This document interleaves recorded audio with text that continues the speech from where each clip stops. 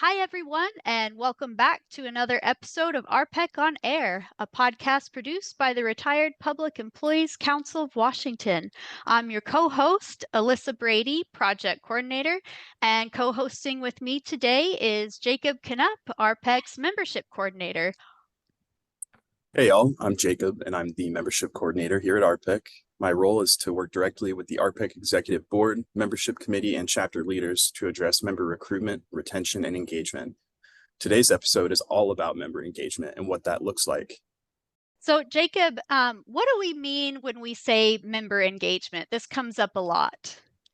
Well, member engagement can be broadly defined as how members interact with the organization at the council level and at the chapter level. That includes activities held by RPEC, events, legislative advocacy, and other things in that nature. I'm very excited to introduce our guest, an enthusiastic RPEC member who is involved in RPEC at both a council and chapter level.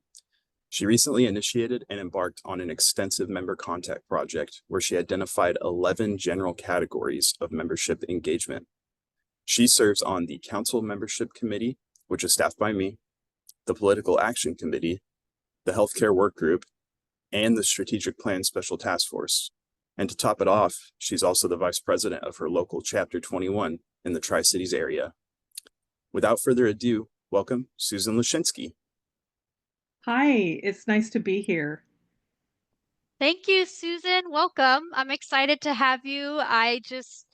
I've been really looking forward to this. I thought that you'd be a great person because you're just so enthusiastic and you've done a lot of work behind the scenes there. So first, can you tell us a little bit about yourself and what did you do for work prior to retiring?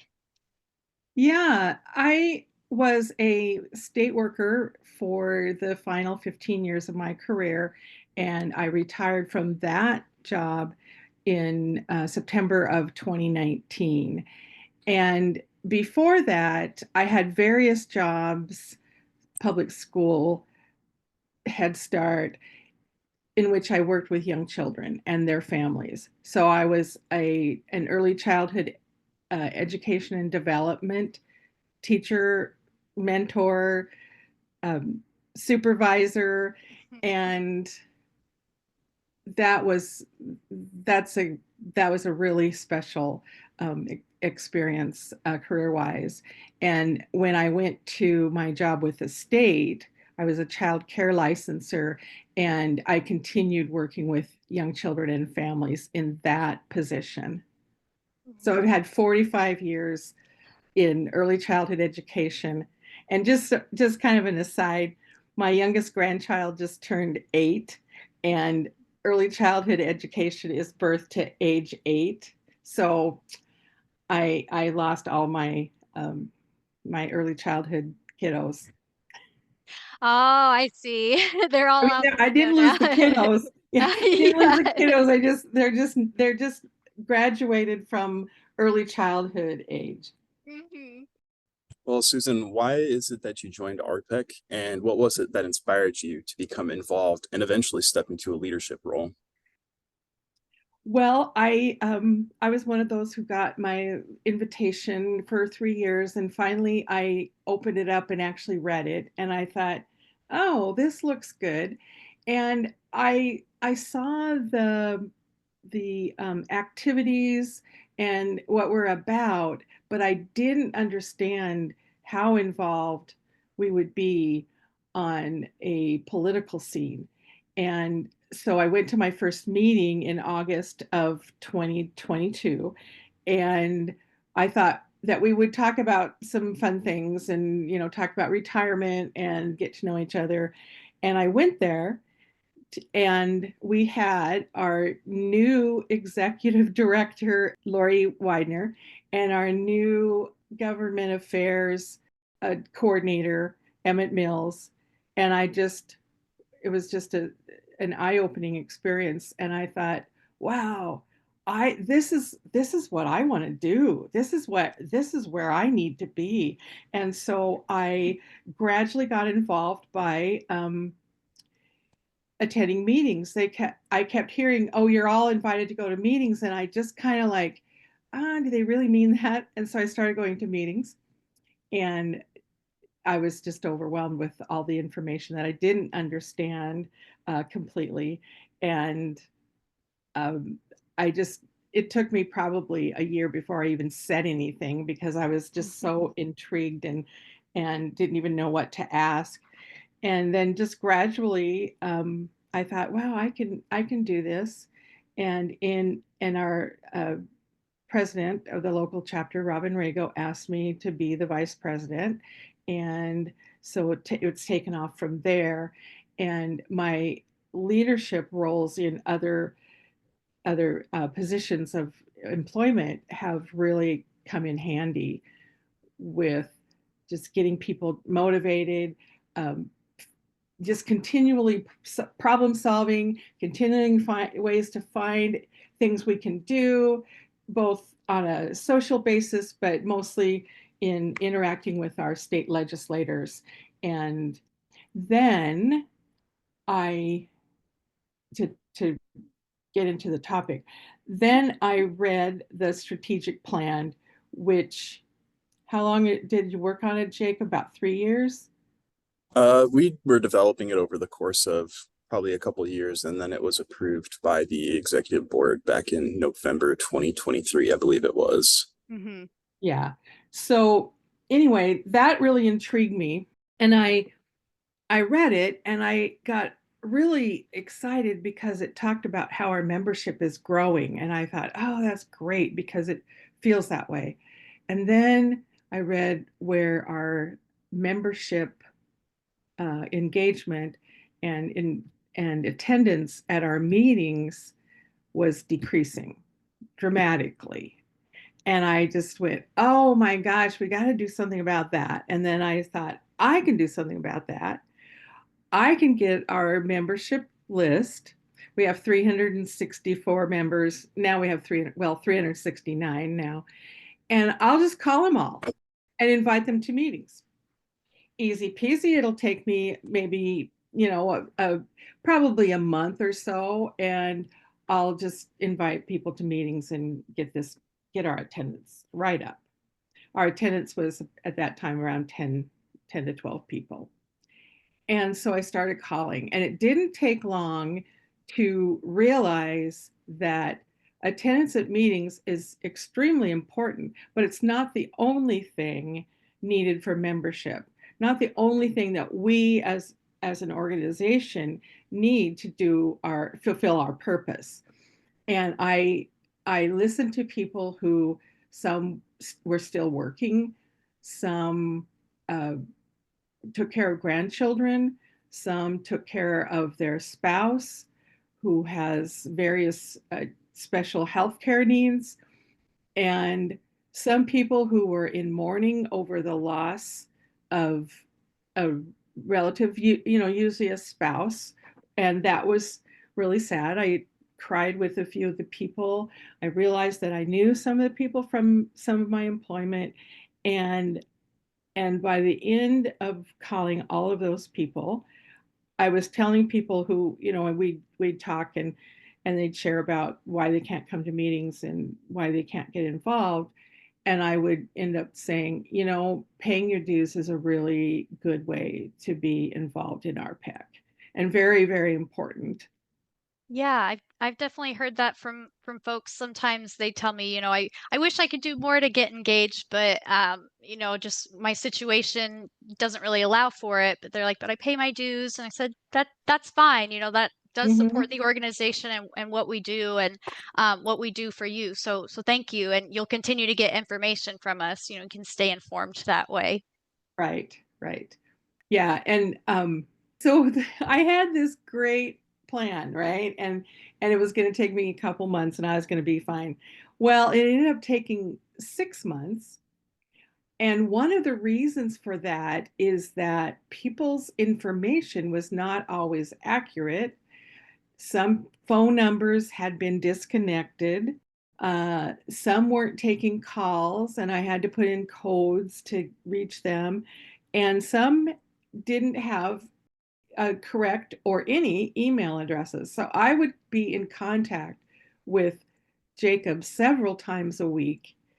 That's Jacob Knupp, to just get information, correct information. And so he had a way to send me up to 5, 8 different phone numbers, and I tried them all, and same number of email addresses, and I tried them all, and probably 30 to 50% I was able to finally get a way to contact them. And I had really good conversations with people, and we did end up increasing our attendance to about 15 people regularly. And that was nice. And then recently I talked with two, well, five, I think 5 new members had just signed up. And they came to the very first meeting. And I asked the members, I had just written down all the letters of the alphabet and counted up how many people in each alphabet letter, and then I was going to assign those or have people sign up to call. And so I did that, and each group had about 30 to 40 people. And so I took that sign up sheet into the meeting, and 2 of those brand new members agreed to call 30 to 40 people. And I was just blown away.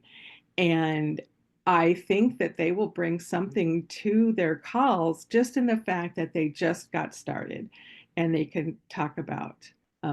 they can talk about why they joined. And my favorite new member is actually my husband. When I started getting involved in RPEC, he kept saying, "Oh, you're going to burn yourself out. Be careful. Don't get involved in too many things, because I just don't want you to burn out." And he says, "You just spend so much time." And I said, "Yeah, but I don't spend too much time." And then we gradually would talk more and more.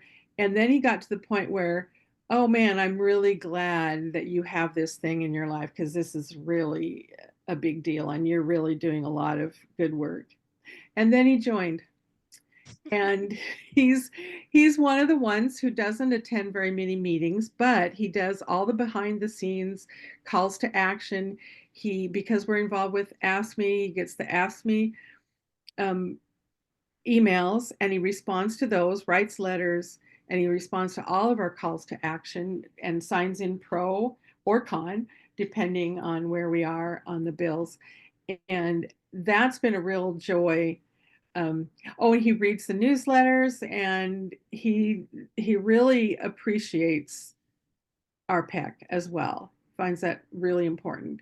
And he's a spousal member. He's not a retired public employee, but spouses can join. And that's an important part of membership. Spouses can join and pay their $7 dues that can come right out of their spouse's however they pay for their own dues. Then they can tack on that um, their spouse's payment, and then they have full membership. Then go to they can vote, they can go to convention and vote, and so they're full members. And when their spouse passes, they can continue to be members. And that's been kind of fun to find out there are a lot of single people in RPEC who are in there because their spouse was an employee, it's public employee. So that's another important thing. And I'm just thrilled, of course, that my husband has joined, and now we can talk shop and he understands what I'm talking about. and and he will stick his head in on some of the meetings, especially those legislative updates, and that's pretty fun. So in all of this, I did get more and more involved. And the more involved I got, the more involved the council staff wanted me to be involved. And everything I've done, every position I've had in RPEC has been in some ways life-changing. I am more knowledgeable about what's happening. This year, I have been listening to online hearings, and it's almost out of control because I really like them. Those things, when you're on TV Washington and you're blowing through the Mhm. channels and you see there's a committee meeting on or a hearing on such and such, and you just go, oh gosh, no way. And I I found that there's some really, really important decisions. We know that, but to see it in action and get to know uh, just through video the various legislators, and the one thing, if I were to say what impresses you or what is your impression of the hearings, it's the legislators in our state. They work together across party lines, every every committee, and even when they disagree, it's so congenial and kind. Now, I don't know what the hearings on the floor look like. I'm sure there are some heated debates, but in the committees themselves, it is it is incredible. And one of the reasons why I keep watching hearings, because it is um, it is so exciting, if you will. Yeah, well, I kind of also wanted to ask, what is your favorite thing that you're doing in RPEC, your favorite facet of it, if there is one? Oh, this is so weird. I tell people I love talking to people about, and calling people about something I'm excited about, and I really enjoy meetings, whether they're Zoom meetings or in-person meetings. And the reason why I like meetings is because it gives me an opportunity to get to know people. And in our chapter meetings, we've got a really nice group of people, and we really enjoy each other, and we laugh and we talk, and we have great guest speakers. I'm lucky enough to be the one to set up our guest speakers, and that's been intriguing, get to know them kind of behind the scenes. But if I were to say one thing, just one thing, it's the people. So that's 13,000 things, but the people are the ones that keep me going. Yeah, I love that. There's comfort in community, and you can find that here at RPEC. Hmm. Oh, I was just going to say this might sound really over the top and kind of exaggerated, but I told my husband a while back that I'm a better provider. I've been the main provider for our family, um, while my husband was the stay-at-home dad, and he's been wonderful at that. But I'm a better provider because I know things that I didn't know before. I know where our money is going with the state. I know what's happening with our retirement. I know what's happening with our pensions. And so I can fight to get good health care and strengthen our pensions, make sure we keep our pensions. And I also feel like I'm a better mom because I'm doing a lot of what I'm doing, everything I do is for their benefit too when they get retired. And and then they'll understand why I listen to hearings and do all these things with this group of retired folks. Thanks for sharing, Susan. I love just how much your involvement in RPEC has had an influence on your life, and we are just so glad to have you here. And we need more folks that are as vibrant and want to be as involved as you are. It helps to elevate the work that we're doing. And so it is also my pleasure to support you in your membership project. I was really excited to see where that ended up. And so that brings me back around to what are like the main insights of your findings, and or how has membership engagement evolved over time? Yeah, as far as membership engagement, I think that's one of the things about my project that really came to bear is the number of ways to be involved. First, the impediments. We have people that have, they're, like I said, they're caretakers, they have mobility issues, they're undergoing they're moving, and sometimes they're moving because their spouse has passed.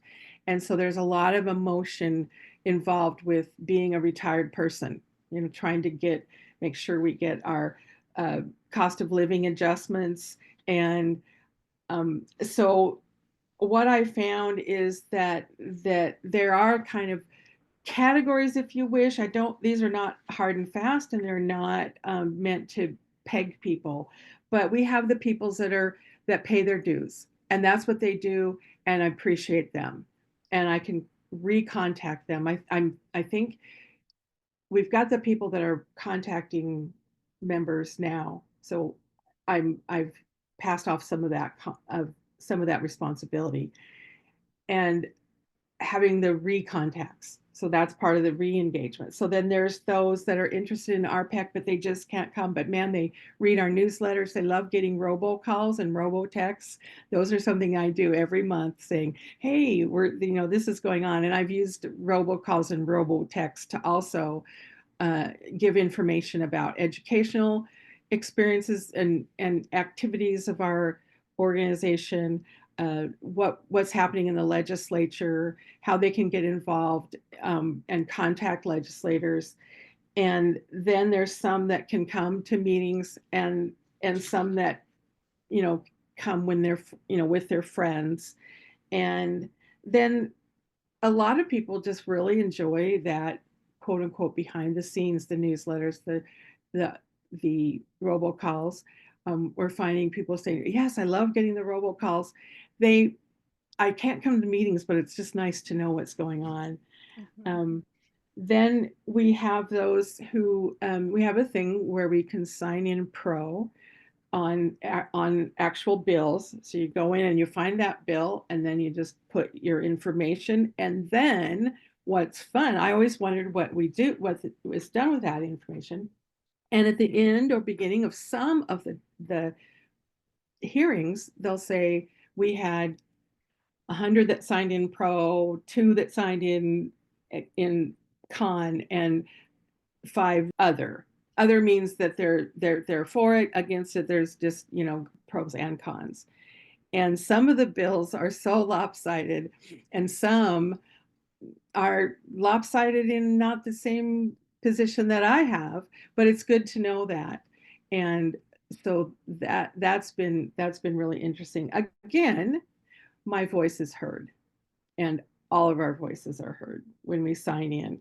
Um, and then we have those who signed in pro.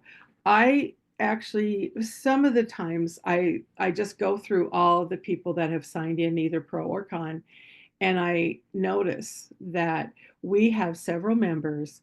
Probably about half of those who sign in are ones that I've never met. They've never been to a meeting since I joined, and I find that to be another really important way to be involved, besides over and above meetings. Then we have those who attend from time to time. I think some attend because of the speaker. And then we have those who attend regularly, and only if a friend attends with them. And we have just a few in that category. And then there's those who get involved with leadership in our chapter and attend the meetings, the statewide meetings. And then those who they attend regularly, they are chapter leaders, committee members, and then those who also attend the statewide meetings.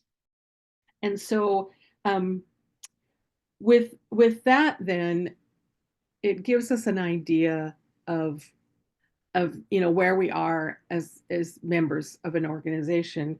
And I haven't done this yet, but I want to kind of find where we fall and how many people are in each of those categories, and then work with how can we take care of members who can't come to meetings and who are hurting.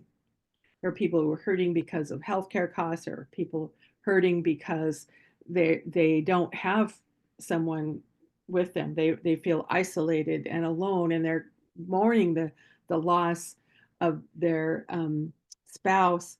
And so what are the things we can do with them? The people that have mobility issues, would they come if we offered rides? And so, and we've done that a little bit. So this project lends itself very well to next steps.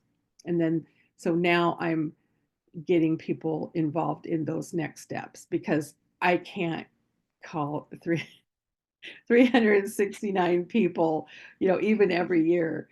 It's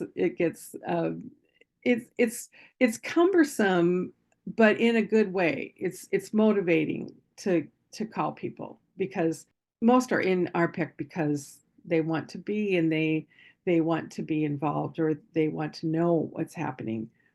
And right now, with the legislature making some really, really, really tough decisions, then it's all the more important to be in touch with them and let them know how they can be involved in influencing the legislature to make decisions about where our money goes, what activities we're going to do, how are we going to take care of persons who are on Medicaid, how are we going to take care of persons who live way out in the sticks and can't easily get to a doctor, how are we going to take care of our kiddos in school, and the teachers who teach them, and on and on and on. There's so much we can do as a state, and right now it's tough. It's really tough. Yeah, you've been so thorough that I've been over here crossing out some of the questions that I had prepared for you because you already hit it. Jacob, did you have anything?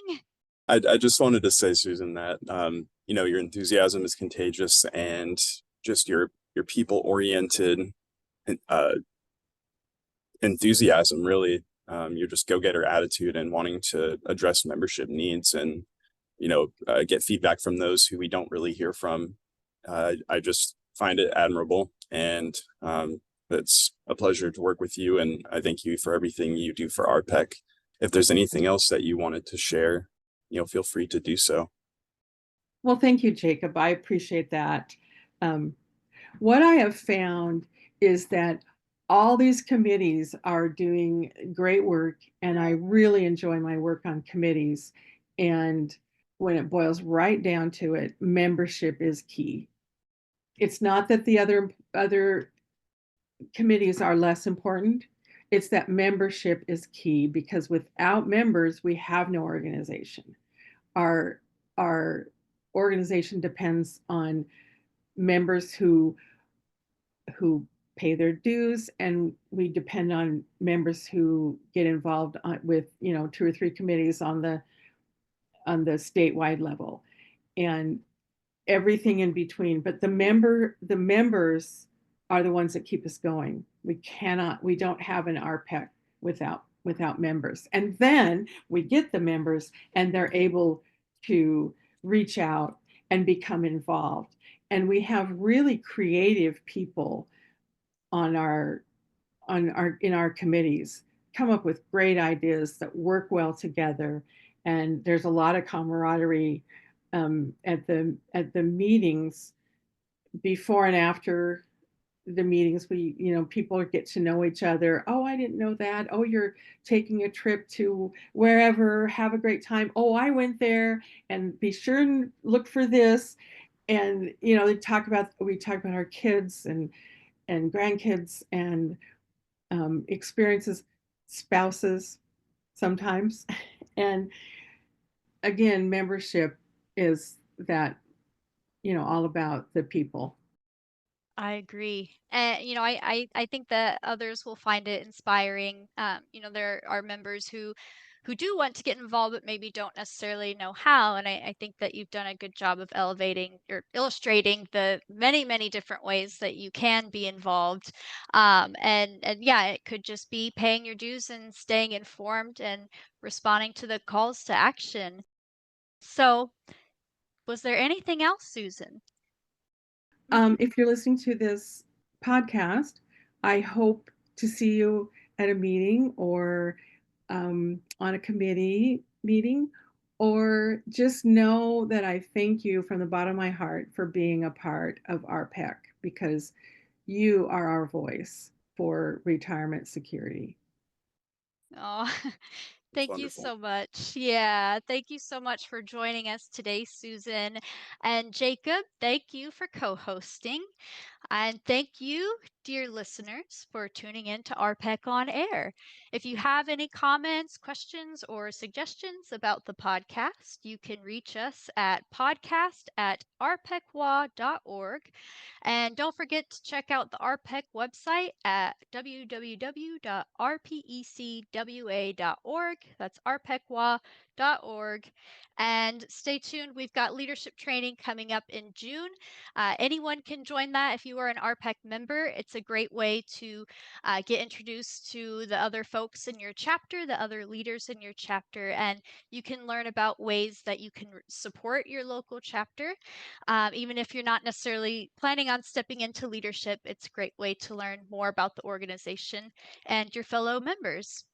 So, Can thanks. I can I Yes, add something to plug in? please. Yeah, I please can't believe I do this. do. Um, I I love our website, and the members of our chapter 21 can tell you that I plug it a lot. I really want to have people check our website for information, because it's really a great way to learn about our RPEC. And I even did a training on RPEC, I mean on the website. And by the time we finished, um, one person had actually gotten on his phone and registered on the website during the training. And I think everybody there, I think there were probably 15, 16 people, and they all registered, or had registered already, or were going to register. And one of the things that I really love is that our associate director, Derek Van Spoor, puts on the website a, a legislative bill tracker. And that has been really helpful for hearing junkies like myself to see where the bills are in the process, when they're going to be heard in the committee. Did the committee, have their meeting already, and then they voted it out of committee, and now it's going to the other committee, to the opposite house. And we have one bill, actually a couple bills so far, that the governor has signed already. The legislative session is not over until April 27th, but we already have bills coming in that are being signed by our governor, and that's pretty exciting. Yeah, good plug on the bill tracker. Oh yeah, and kind of piggybacking off of that, during legislative session at 2 p.m. on Fridays, you can attend the legislative update call, and outside of session, it is monthly on Friday at 2 p.m. as well. So highly encourage you to attend that if you want to stay up to date on any legislative progress. Right. And that's one thing I say during the legislative session. If there's one thing that one meeting that you attend, one thing that you partake in, one thing to look up on the website, it's the legislative information, and attend those legislative update meetings. They're really awesome. It's a 1 hour at the most meeting, and I'm not sure, but those used to have maybe 20 people, and they're up to, we had 40 and 50. And so you're in good company if you do attend those. Really, really important information.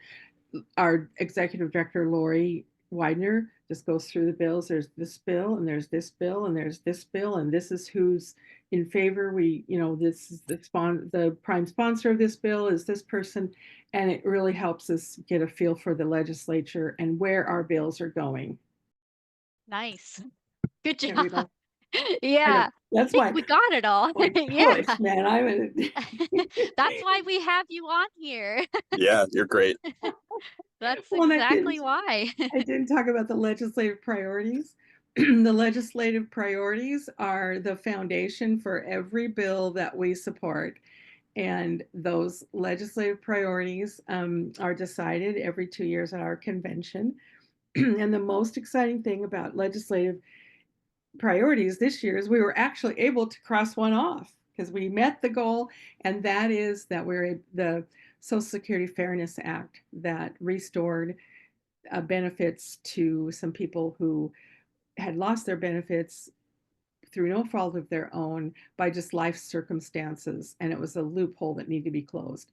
And so it was closed by our congressional leadership at the federal level. Yeah. Okay. Well, thank you.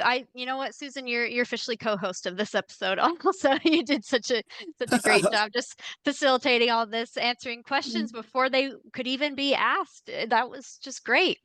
Well, I'd like to thank you and thank our listeners once again. I hope you'll tune in next time, and we'll talk to you soon.